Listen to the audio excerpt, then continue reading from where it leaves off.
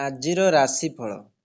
April ମାସ 1 ତାରିଖ ବୁଧବାର, ଚୈତ୍ର ମାସ ଶୁକ୍ଳପକ୍ଷ ତିଥି ଚତୁର୍ଦ୍ଦଶୀ ଦିବା 6ଟା 52 ଗତେ ପୂର୍ଣ୍ଣିମା, ନକ୍ଷତ୍ର ଉତ୍ତରା ଫାଲ୍ଗୁନୀ ଦିବା 4ଟା 46 ଗତେ ହସ୍ତା, ଚନ୍ଦ୍ର କନ୍ୟା ଯୁଗ ବୃଦ୍ଧି। ଆଜିର ସୂର୍ଯ୍ୟ ଉଦୟ ସମୟ 5ଟା 45, ସୂର୍ଯ୍ୟାସ୍ତ ସମୟ 5ଟା 58। ବୃଷ ରାଶିର ଘାତ ଚନ୍ଦ୍ର, କର୍କଟ ରାଶିର ଘାତ ବାର। ଆଜିର କାଳ ବେଳା ଦିବା 8ଟା 48 ଗତେ 10ଟା 20 ମଧ୍ୟେ, ବାର ବେଳା ଦିବା 11ଟା 50 ଗତେ 1ଟେ 23 ମଧ୍ୟେ, ବିଶୁଦ୍ଧ ବା ଅମୃତ ବେଳା ଦିବା 7ଟା 22 ମଧ୍ୟେ 1ଟେ 23 ଗତେ, 1ଟେ 50 ମଧ୍ୟେ ରାତ୍ରି 6ଟା 45 ଗତେ, ବିଶୁଦ୍ଧ ବା ମହେନ୍ଦ୍ର ବେଳା ଦିବା 4ଟା 10 ଗତେ 5ଟା 58, ରାତ୍ରି 9ଟା 12 ଗତେ 10ଟା 45 ମଧ୍ୟେ। ଆଜି ଆମିଷ ଖାଇଲେ ଦେହ ପ୍ରତି ହାନିକାରକ ହୋଇଥାଏ। ଚାଲନ୍ତୁ 12ଗୋଟି ରାଶିର ନାମ ଜାଣିବା ଏବଂ କେମିତି ରହିଛି ଆପଣଙ୍କ ଦିନ ସେ ବିଷୟ ଜାଣିବା ପୂର୍ବରୁ ଭିଡ଼ିଓଟି ଭଲ ଲାଗିଲେ ଲାଇକ୍ ସେୟାର ସବସ୍କ୍ରାଇବ୍ କରିବେ। ପାଖରେ ଥିବା ବେଲ୍ ଆଇକନ୍ ଦେବେ ଅଲ୍ ନୋଟିଫିକେସନ୍ ଅନ୍ କରିବେ, ଯାହାଫଳରେ ନୂଆ ନୂଆ ଭିଡ଼ିଓ ପାଇପାରିବେ। ପ୍ରଥମେ ଦେଖିବେ ମେଷ ରାଶି ବ୍ୟକ୍ତିମାନଙ୍କ ପାଇଁ। ଆଜି ପରିବାରର ସନ୍ଦେହ ଓ ଭୁଲ ବୁଝାମଣା ସୃଷ୍ଟି ହୋଇପାରେ। ନୈରାଶ୍ୟର ଛାୟା ଆଚ୍ଛାଦିତ ମନ ନିଷ୍ପତ୍ତି ନେବାରେ ଦ୍ୱନ୍ଦ୍ୱରେ ପଡ଼ିବେ।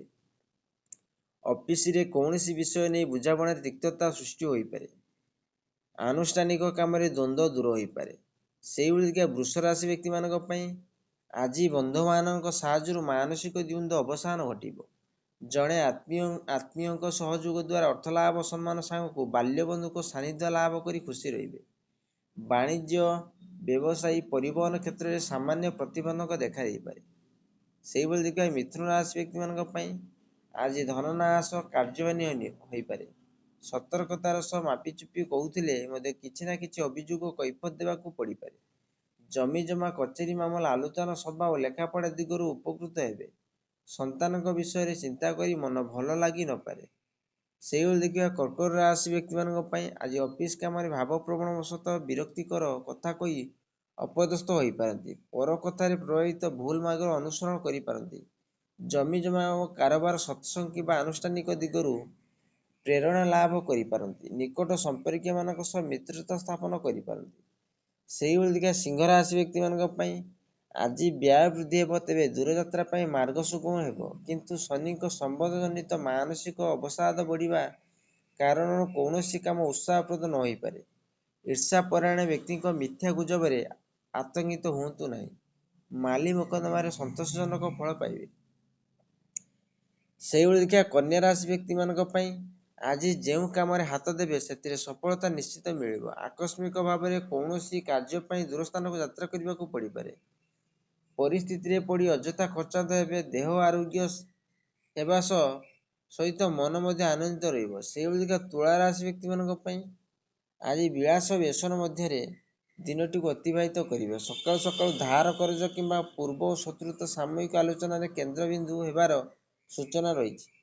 ପରିବାର ଭିତରେ ସମସ୍ୟା ସମାଧାନ ପାଇଁ ଚେଷ୍ଟା କରିବେ। ସଙ୍ଗୀତ ଓ ନୃତ୍ୟ ସାଙ୍ଗକୁ ଧର୍ମ କାର୍ଯ୍ୟରେ ନିଜକୁ ନିୟୋଜିତ କରିବେ।